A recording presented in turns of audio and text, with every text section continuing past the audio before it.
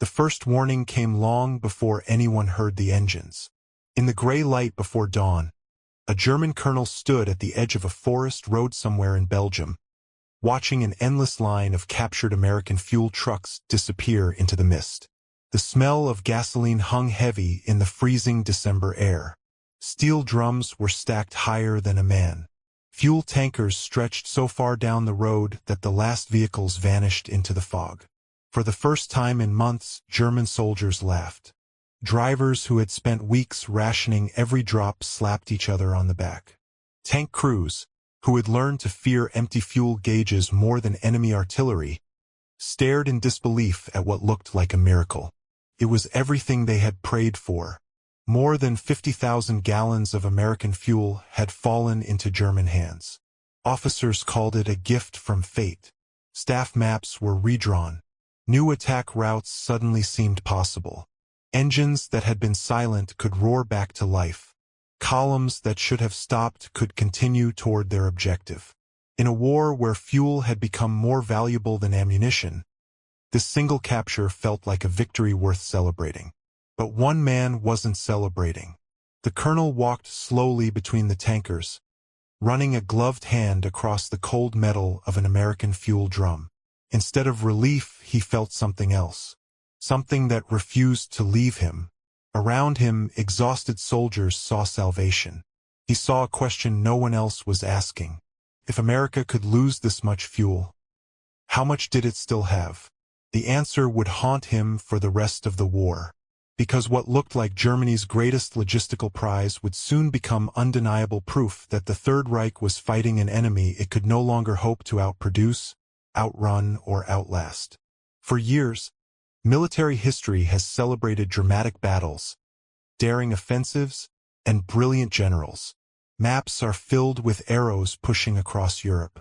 Photographs capture tanks charging through snow-covered villages and infantry storming shattered towns. Victory is often measured in miles gained or cities captured. Yet history rarely pauses to ask a different question. What kept those armies moving in the first place? Behind every advancing tank stood thousands of gallons of fuel. Behind every bomber crossing the skies stood refineries, pipelines, truck convoys, mechanics, and factory workers scattered across continents. Every bullet fired, every bridge crossed, every mile advanced depended on a supply system so vast that most soldiers never saw it. And by the winter of 1944, that invisible war had become more important than every battlefield combined. The German High Command believed one final offensive could split the Allied armies, capture the port of Antwerp, and force Britain and the United States to negotiate. It was an audacious gamble, built on surprise, speed, and sheer determination. Commanders promised their men that once American fuel dumps were captured, the offensive would sustain itself. Every gallon seized from the enemy would carry German armor deeper into Allied territory. On paper, it was a masterpiece. On the ground, it depended on a single terrifying assumption: that the Allies could be starved before Germany ran dry. Few questioned the plan. After all, German forces had achieved impossible victories before. France had fallen in weeks. Entire Soviet armies had once collapsed beneath relentless armored assaults. Time and again, bold decisions had overturned impossible odds. Why should this be any different? Because this time, the battlefield itself had changed. What many German commanders failed to grasp was that they were no longer fighting the same America they had underestimated years earlier. Across the Atlantic, factories operated day and night beneath glowing lights. Oil flowed from Texas, Oklahoma, and California in quantities almost impossible to imagine. Tankers crossed oceans without pause. New trucks rolled off assembly lines faster than the Axis could destroy them. Entire fuel depots could disappear and be replaced almost before the smoke had cleared. The colonel understood this in a single chilling moment. Standing beside those captured American fuel trucks, he began doing calculations in his head. How many convoys had delivered this fuel? How many more were already on the road? How many millions of gallons waited just beyond the horizon? The numbers refused to make sense. Not because they were too small, because they were unimaginably large. Within 24 hours, German armored columns would begin burning through the precious fuel they had just captured. Within days, desperate crews would once again search abandoned vehicles for a few remaining liters of gasoline.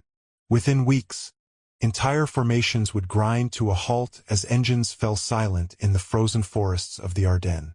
And within months, Allied armies fueled by an industrial machine unlike anything the world had ever seen would cross the Rhine and carry the war into the heart of Germany itself.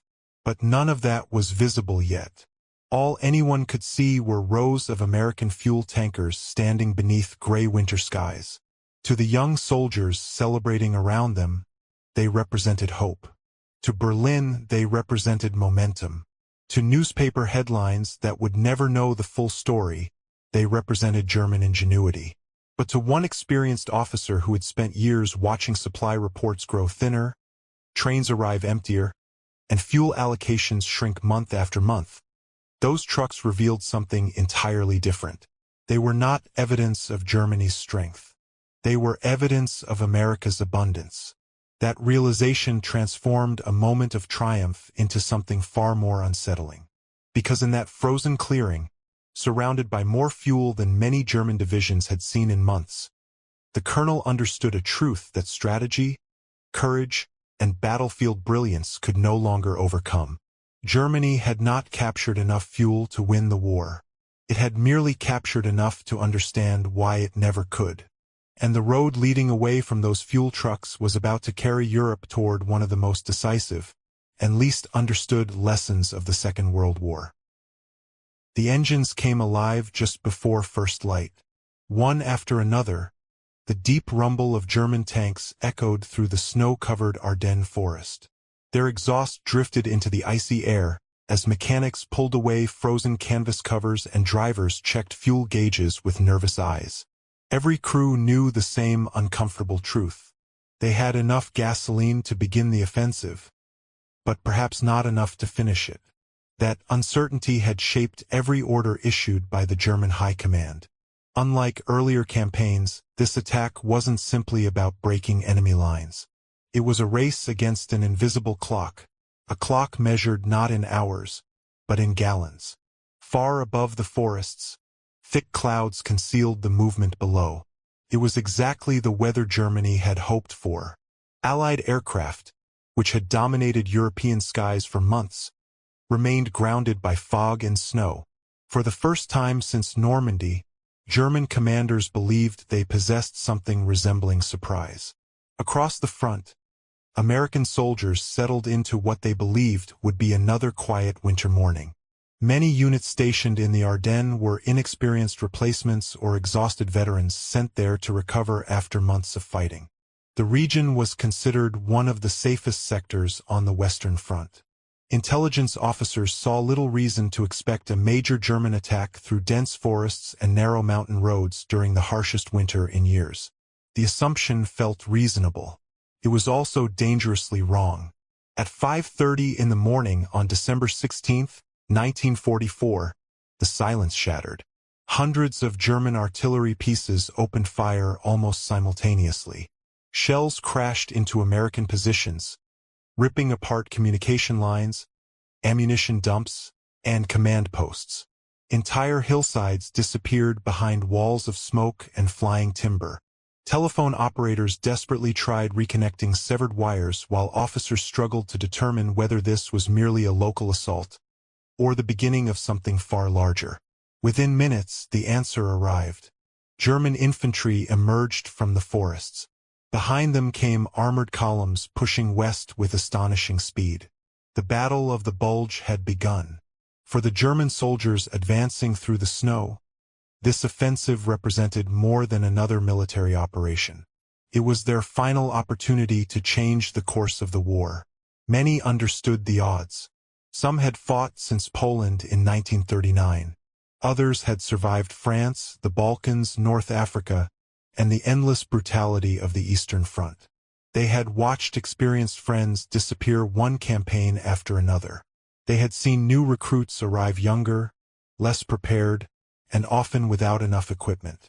Yet despite everything, they continued forward. Not because they believed victory was guaranteed, but because they hoped one decisive gamble might accomplish what years of attrition could not. Among the armored spearheads moving through the forests was the colonel whose name would later become linked with one of the war's most revealing discoveries. Unlike younger officers intoxicated by the excitement of the attack, he carried the caution of experience. His maps contained more than roads and objectives. They contained numbers, fuel consumption, truck capacity, expected losses, distance to American supply dumps. Every kilometer his unit advanced increased the danger that success itself could become a trap. A tank advancing rapidly burned more fuel than one sitting still. An unexpected detour could consume precious reserves. Even a brief firefight forced engines to idle for hours in freezing temperatures. Every decision carried a logistical cost. It was mathematics as much as military strategy. Yet Berlin demanded speed. Hitler's plan depended on striking so quickly that Allied commanders would lose control before they could react. German armored divisions were ordered to seize bridges intact, bypass strongpoints whenever possible, and drive relentlessly toward the River Meuse. Everything depended on momentum, and momentum depended on fuel. The irony was impossible to ignore. Germany, once famous for lightning-fast blitzkrieg campaigns, now struggled to provide enough gasoline for its own tanks. Years of Allied bombing had devastated synthetic fuel plants across the Reich. Romanian oil fields, the lifeblood of Germany's war machine, had largely been lost. Rail networks lay in ruins. Every train carrying fuel risked destruction before reaching the front. Entire armored divisions existed on paper but remained immobilized because there simply wasn't enough gasoline to move them. German officers no longer asked whether fuel was important. They asked whether there would be any at all. Meanwhile, only a few miles away, American logistics operated on a scale that seemed almost unimaginable.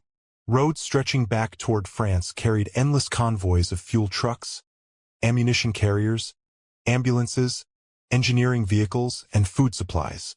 Drivers worked around the clock. Some traveled hundreds of miles without stopping. When one convoy reached its destination, another had already begun the journey behind it. Few frontline soldiers ever noticed. To them, fuel simply appeared when needed. They rarely considered the vast network required to deliver it. Pipelines crossed liberated France. Temporary fuel depots filled abandoned fields. Railroads unloaded thousands of tons every day. Tankers arrived from across the Atlantic with cargoes measured not in thousands of gallons, but in millions. It was an industrial rhythm that had become almost invisible because it functioned so efficiently. German intelligence knew the Allies possessed enormous resources. What they underestimated was the speed with which those resources could replace themselves. Destroy one depot, another opened farther west. Capture one convoy, two more were already approaching. Bomb one rail yard. Construction crews restored operations with astonishing speed. The colonel had witnessed this pattern before. Months earlier, during the Allied breakout from Normandy, German units repeatedly reported destroying American supply columns. Yet somehow the flow never seemed to stop. Every apparent victory was swallowed by another wave of trucks. At first, many dismissed it as exaggeration. Then came reconnaissance reports, photographs, captured documents. The evidence became impossible to deny. America wasn't simply supplying an army. It was supplying an entire continent. Still, during the opening days of the Ardennes offensive, hope remained alive. German forces punched deep into Allied lines. Several American units became isolated. Confusion spread through headquarters as conflicting reports arrived almost hourly. Road intersections changed hands repeatedly. Snow-covered villages echoed with gunfire. Signposts were deliberately altered by German commandos disguised as American soldiers, creating chaos behind the front. For a brief moment, it seemed the impossible might actually happen. Then came the discovery. Near one of the advancing routes, German scouts reported something extraordinary. An American fuel storage area had been abandoned in the confusion of the retreat. At first, headquarters assumed it contained only a few scattered barrels. But as reconnaissance continued, the scale became clearer. Rows of fuel trucks, storage tanks, thousands upon thousands of gallons of high-octane gasoline. Enough to keep entire armored formations moving. Word spread rapidly through the advancing columns. Drivers smiled for the first time in weeks. Tank commanders calculated how much farther they could advance. Officers began revising operational maps almost immediately. The offensive suddenly appeared to have found its missing lifeline. When the colonel finally arrived, soldiers were already celebrating. Some posed beside captured American tankers. Others joked that the Americans had unknowingly supplied Germany's final offensive. Mechanics eagerly prepared hoses to transfer gasoline into waiting Panthers and Tigers. The atmosphere felt almost festive despite the distant sound of artillery rolling across the frozen hills. Yet amid the excitement, the colonel remained strangely silent. He walked slowly through the captured depot. He counted vehicles, estimated storage capacity, examined markings on fuel drums, studied shipping labels still attached to American containers. Then he noticed something almost everyone else ignored. Many of the trucks were nearly new. The tires showed little wear. Replacement parts were neatly packed alongside spare equipment. Even the containers themselves appeared almost disposable. It wasn't merely the amount of fuel that disturbed him. It was what surrounded it. An army confident enough to abandon tens of thousands of gallons in the middle of an offensive was an army that expected to replace it. That realization settled over him like the falling snow. His men saw treasure. He saw production. He saw factories operating beyond the reach of German bombers. He saw oil wells pumping without interruption. He saw thousands more trucks waiting across the Atlantic. For the first time since the offensive began, a quiet thought formed in his mind. Perhaps Germany had mistaken abundance for vulnerability. Perhaps the very size of America's supply system meant losses that seemed catastrophic to Germany were little more than temporary inconvenience to the Allies. He never spoke those words aloud. Instead, he issued practical orders. Refuel every available vehicle. Protect the depot. Move quickly before Allied aircraft returned. On the surface, nothing about his behavior appeared unusual. But those who served under him later remembered something different. The excitement visible in every other officer never reached his face. It was as though he had already seen an ending no one else could imagine. And before the next sunrise, the first signs would appear that the captured fuel, remarkable as it was, could never solve Germany's greatest problem. By nightfall, the celebration had faded into routine. The captured fuel was no longer a miracle. It had become another line on a logistics report. Mechanics worked beneath dim lanterns, transferring gasoline from American tankers into German Panthers, Tigers, half-tracks, and supply trucks. The smell of fuel mixed with diesel exhaust and wet pine as men labored in temperatures well below freezing. Every hose had to be watched carefully. Every gallon mattered. No one wasted a drop. For soldiers who had spent months counting every liter, the sight of overflowing tanks felt almost unreal. But fuel, the colonel knew, had one unforgiving characteristic.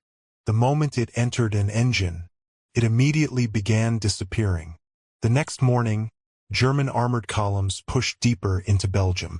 Snow muffled the sound of tracks as heavy vehicles rolled through villages that had scarcely recovered from the war's previous battles. Church bells remained silent. Civilians watched cautiously from broken windows, uncertain which army would occupy their streets by sunset. The offensive was still moving. Maps inside headquarters showed encouraging progress. Several Allied positions had collapsed. American commanders struggled to understand the scale of the assault.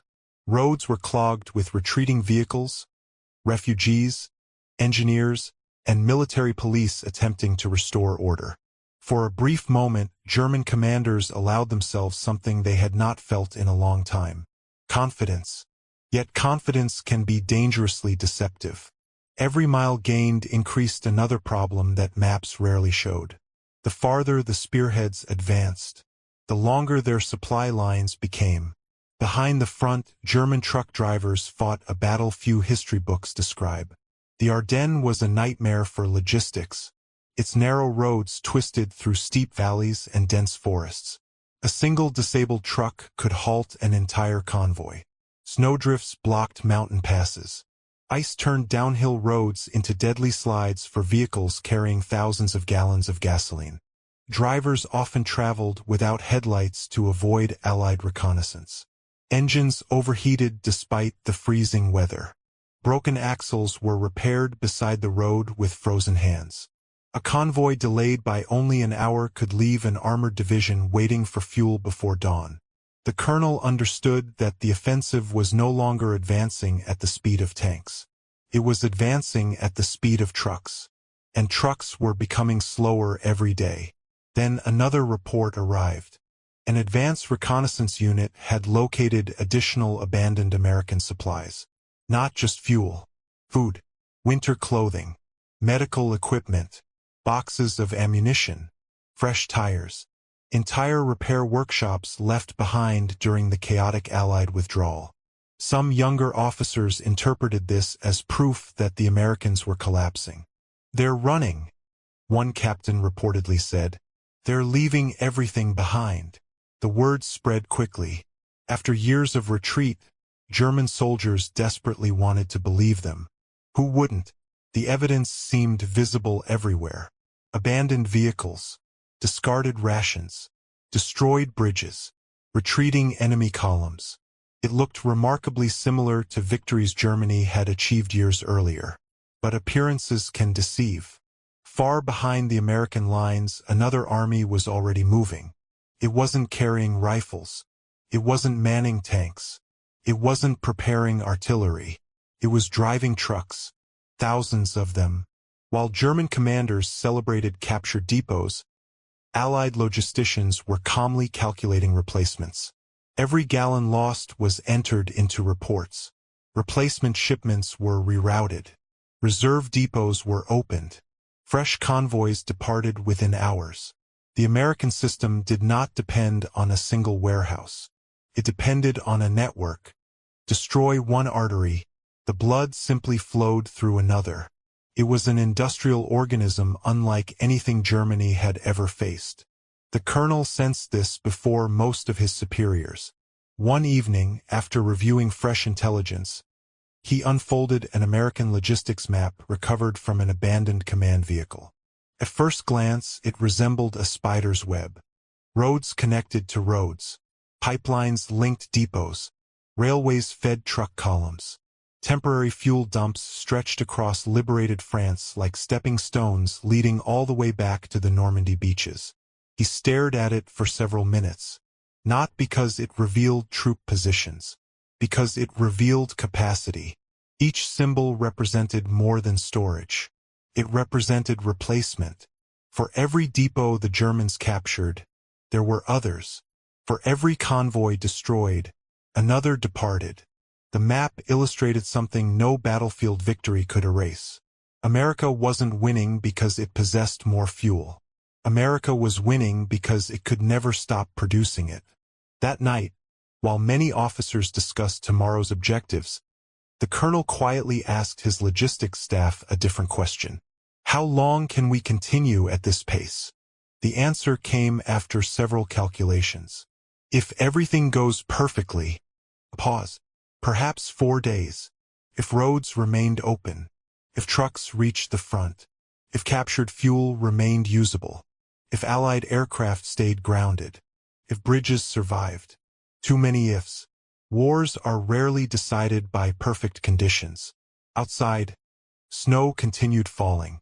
The weather remained Germany's greatest ally. Clouds still protected the advancing columns from Allied fighter bombers that had devastated them during previous campaigns.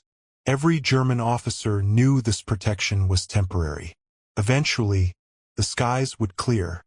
No one knew when, but everyone knew what would follow. Meanwhile, across the front, American resistance began hardening. Scattered defensive positions refused to surrender. Engineers demolished bridges moments before German armor arrived. Military police redirected retreating units into new defensive lines. Artillery batteries established firing positions overlooking narrow roads. Individual acts of resistance started buying precious hours. Hours became days. Days became opportunities. In one snow-covered crossroads, a handful of American engineers delayed an entire armored column while destroying a bridge beneath enemy fire. Elsewhere, tank destroyers fought until ammunition ran out before withdrawing to secondary positions. Each delay seemed insignificant. Collectively, they slowed the offensive, and every hour lost consumed more gasoline. The colonel watched fuel reports with growing concern. Consumption exceeded expectations. Vehicles idled longer than planned. Recovery trucks burned extra fuel towing damaged tanks. Detours around destroyed bridges added dozens of unnecessary miles. The captured American gasoline was vanishing faster than anyone predicted. One mechanic later described the situation with brutal simplicity. It was like trying to fill a bucket with a hole in the bottom. No matter how much arrived, it never seemed enough. Then came the first clear morning. Almost unnoticed at first, patches of blue appeared above the Ardennes. The fog lifted. Clouds broke apart. Sunlight reflected brilliantly from fresh snow. To exhausted infantrymen, it was beautiful. To German logistics officers, it was terrifying. Within hours, the distant sound returned. Aircraft, hundreds of them, Allied fighters and fighter bombers roared across the sky, hunting roads, bridges, fuel trucks, and anything that moved. Convoys that had traveled safely for days suddenly scattered into forests. Drivers abandoned burning vehicles. Fuel tankers exploded with tremendous force, sending black columns of smoke thousands of feet into the air. Entire supply routes disappeared beneath relentless air attacks. The colonel stood beside a roadside embankment watching one of his fuel convoys burn. Tankers exploded one after another. Months of precious gasoline vanished within minutes. No speech, no dramatic outburst, only silence. Around him, officers hurried to reorganize surviving vehicles. Roads filled with wreckage. Traffic halted. Timetables collapsed. The offensive had not stopped because German soldiers lacked courage. It was slowing because its lifeblood was catching fire. And as another logistics report arrived that evening, the colonel realized an uncomfortable truth. The greatest enemy facing his army was no longer the American soldier. It was the impossible distance between Germany's empty fuel depots and America's endless supply. The next morning, the roads told a story that no battlefield report could hide. Burned-out fuel tankers lined the frozen highways like blackened skeletons. Craters filled with slush interrupted every major route. Horses pulled wagons around wrecked trucks because there was no room to pass. Engineers worked frantically to clear overturned vehicles while military police waved columns into narrow forest tracks that had never been intended for heavy armor. The offensive was still alive, but it was no longer moving with confidence. It was struggling forward 1 mile at a time. Inside the German command network, radio operators passed increasingly urgent messages between headquarters. Need immediate fuel. Convoy delayed. Bridge destroyed. Request priority resupply. Each message sounded isolated. Together, they painted a far more dangerous picture. Entire armored formations were beginning to outrun their own logistics. For years, German officers had mastered the art of operational warfare. They could coordinate infantry, armor, artillery, and engineers with remarkable precision. They had stunned Europe with lightning campaigns that became the very definition of blitzkrieg. But blitzkrieg had always relied on one assumption: that fuel would keep arriving. Now that assumption was collapsing. The colonel spread several maps across a wooden farmhouse table that had become his temporary command post. The room was cold enough that frost had formed inside the windows. A lantern flickered over colored pencils, casualty reports, and fuel allocation charts. Outside, tank engines idled impatiently while officers waited for new orders. He ignored the tactical maps. Instead, he studied the supply routes. One road had become blocked by destroyed bridges. Another was under constant Allied air attack. A third had become impassable because abandoned vehicles stretched for miles. Every solution created another problem. Move trucks by daylight, aircraft destroyed them. Move them only at night, progress slowed to a crawl. Use secondary roads.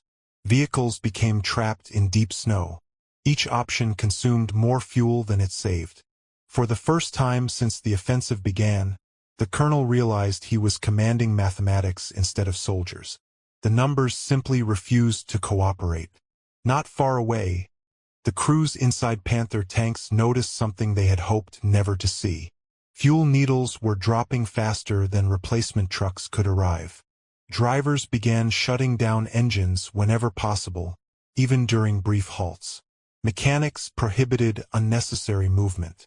Tank commanders ordered crews to push lighter vehicles by hand rather than waste precious gasoline. The contrast was striking. These were machines built to race across Europe. Now they sat motionless beside frozen roads, conserving every remaining liter. One veteran loader later recalled that silence became more frightening than gunfire. When the engines stopped, he remembered, everyone looked at the fuel gauge first, because everyone understood what came next.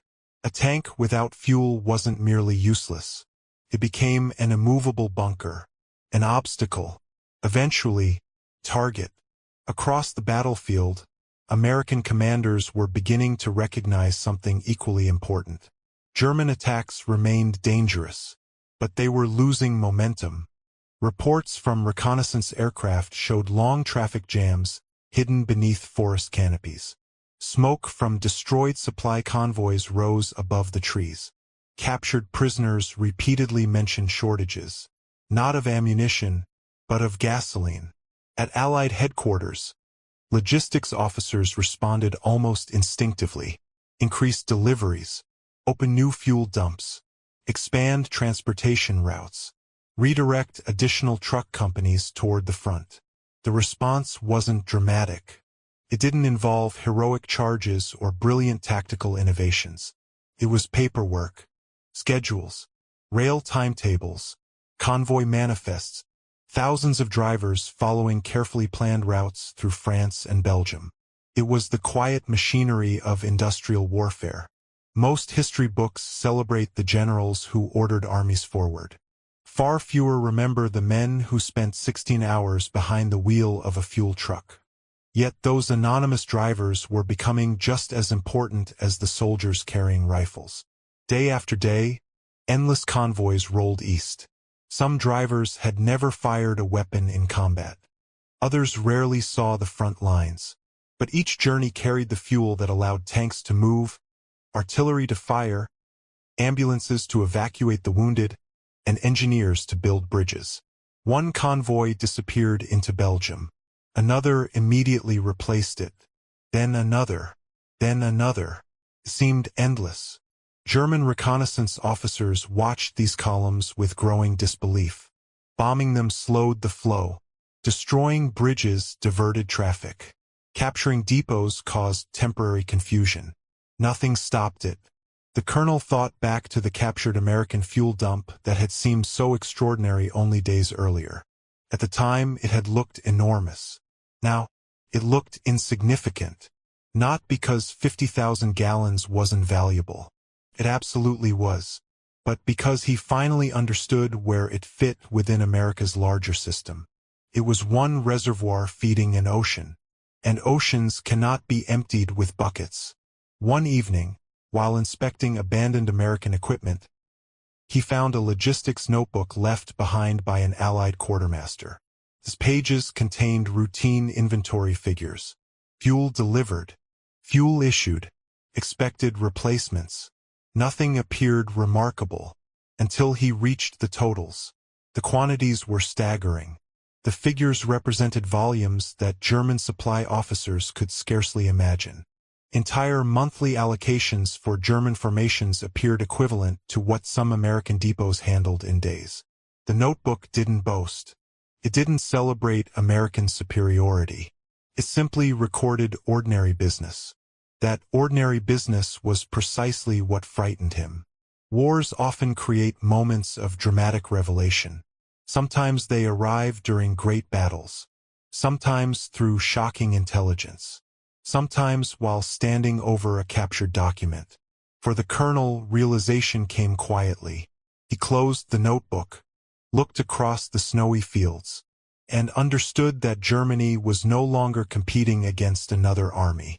It was competing against another economy, against another continent, against factories operating around the clock, against oil fields thousands of miles away that no German soldier could ever reach, against shipyards launching new tankers before old ones completed their voyages, against an industrial engine whose full power had only recently begun to reveal itself. No battlefield victory could change that. Even if German forces captured another fuel depot, and another, the balance would remain the same. America could replace losses faster than Germany could create them. It was a race with unequal starting points. As January approached, the offensive continued to. An army moves only as far as its supplies allow. That lesson reshaped military planning after the war. Supply chains became strategic weapons. Fuel security became a national priority. Engineers, transportation specialists, and industrial planners gained a place beside battlefield commanders in determining military success. Future conflicts, from Korea to the Persian Gulf, would prove again and again that wars are sustained not only by soldiers at the front, but by millions of people working far behind it. Factories, railroads, ports, pipelines, convoys, refineries. The invisible machinery of war had finally become impossible to ignore. Looking back today, it is tempting to imagine that Germany's defeat became inevitable only when Allied armies entered its cities. But history rarely changes in a single dramatic moment. Sometimes it changes quietly. Sometimes it changes when a commander studies a logistics report. Sometimes it changes beside a road lined with fuel trucks. The colonel never needed to see Berlin surrounded to understand what lay ahead. He had already seen the evidence. Not in the strength of the American army, but in its ability to recover, to replace, to continue. That was the true significance of those 50,000 gallons. To many soldiers, they represented abundance. To him, they represented proportion. If the Allies could lose that much fuel, without changing the outcome of the campaign, then the scale of their resources was beyond anything Germany could hope to overcome. It was no longer a contest of bravery. It was a contest of capacity. And capacity had become destiny. The irony remains one of the most striking in the history of the Second World War. Germany captured exactly what it needed most. The fuel its tanks desperately lacked. The resource that commanders had risked an entire offensive to obtain. For a few brief hours, it looked like the answer to every logistic weaken. German attacks became smaller. Objectives were reduced. Units that had once advanced confidently now fought simply to avoid encirclement. The fuel that had promised victory was nearly gone. Many tanks were abandoned by their own crews after their engines fell silent. Some were destroyed to prevent capture. Others remained beside frozen roads until Allied soldiers passed them weeks later. Their armor was intact. Their guns were loaded. Their crews had not been defeated by superior firepower. They had simply run out of gasoline. Years later, veterans on both sides would remember the Battle of the Bulge for its bitter cold, brutal fighting, and extraordinary courage. But hidden beneath every dramatic story was another battle that few civilians ever witnessed. A battle fought with pipelines instead of rifles, with truck convoys instead of cavalry, with refinery output instead of battlefield speeches. It was a contest measured not by territory, but by endurance. The German colonel never forgot the day he stood among those captured American fuel trucks. Others remembered it as a triumph. He remembered it as the moment the illusion disappeared. Because in that sea of gasoline, he had seen something far larger than a temporary victory. He had seen the future of the war. And as Allied forces prepared to launch the counteroffensive that would drive Germany back across the Ardennes, one final question remained unanswered. If logistics had decided the outcome of this campaign, how would history remember the men who understood that truth before almost anyone else? The last German vehicles left the Ardennes the same way they had entered it, through forests buried beneath winter snow. But nothing about the retreat resembled the confidence of those first days. The roads that had once carried armored spearheads toward the River Meuse were now crowded with exhausted columns moving in the opposite direction. Trucks without fuel were abandoned where they stopped. Tanks that crews had fought desperately to protect were destroyed by their own engineers to keep them from falling into Allied hands. Horses once again pulled artillery through frozen mud because engines could no longer be trusted to complete the journey. For many soldiers, the offensive had ended not with a decisive battle, but with silence. The silence of engines that would never start again. The silence of radios waiting for supplies that would never arrive. The silence of men who finally understood that courage alone could no longer change the course of the war. The German colonel who had stood among 50,000 gallons of captured American fuel returned from the Ardennes carrying no great trophy. No medal marked the moment he realized what that fuel truly represented. No official report recorded the thoughts that crossed his mind as he studied the endless rows of American tankers. History remembers victories. It rarely remembers realizations. Yet some realizations shape history just as profoundly as battles. Because long before Berlin fell, long before Allied soldiers crossed the Rhine, long before the final surrender documents were signed, some officers had already recognized an uncomfortable truth. Germany had not simply been outnumbered. It had been outproduced. For the ordinary German soldier, that realization came slowly. Many had entered the Ardennes believing they were participating in one last decisive gamble that might force the Western Allies into negotiations. Instead, they watched their divisions shrink with every passing week. Fuel became scarcer. Replacement vehicles became rarer. Experienced crews disappeared faster than they could be replaced. Entire formations that had once terrified Europe became shadows of their former strength. The psychological toll was immense. Hope gave way to endurance. Endurance gave way to resignation. Yet they continued fighting, not because victory seemed likely, but because soldiers rarely have the luxury of choosing the wars they inherit. Across the Allied lines, the lessons were equally profound. American logisticians received little public recognition. Their names rarely appeared in newspapers. Few civilians celebrated the engineers who repaired bridges overnight or the truck drivers who crossed icy roads without sleep. There were no dramatic photographs of pipeline planners or quartermasters calculating fuel allocations beneath dim lamps. But every successful offensive depended on them. Every liberated town, every advancing tank, every aircraft that took to the skies. Behind each visible victory stood thousands of invisible decisions made far from the battlefield. The Battle of the Bulge reinforced a lesson that modern militaries still study today. Tactics may win battles. Leadership may inspire armies. Technology may change how wars are fought. But logistics determines how long they can continue. Military academies across the world continue to teach this principle, not because of abstract theory, but because history demonstrated it with brutal clarity during the winter of 1944. The Ardennes became one of the greatest examples of a simple truth. Nightmare. Instead, it became proof that the nightmare could never truly end. Because no captured depot, no matter how large, could compete with an industrial system capable of replacing it many times over. That is why the story was never really about 50,000 gallons of gasoline. It was never only about one German colonel, or one captured fuel dump, or even the Battle of the Bulge itself. It was about the invisible forces that decide the fate of nations long before the final battle is fought. It was about engineers whose names rarely entered history books, factory workers who never saw the front, truck drivers who crossed continents without recognition, oil workers drilling thousands of miles from the battlefield, railway crews repairing bomb tracks before dawn, millions of ordinary people whose combined efforts became more powerful than any single army. When we think of the Second World War, we often picture charging tanks, fighter aircraft, and dramatic battlefield victories.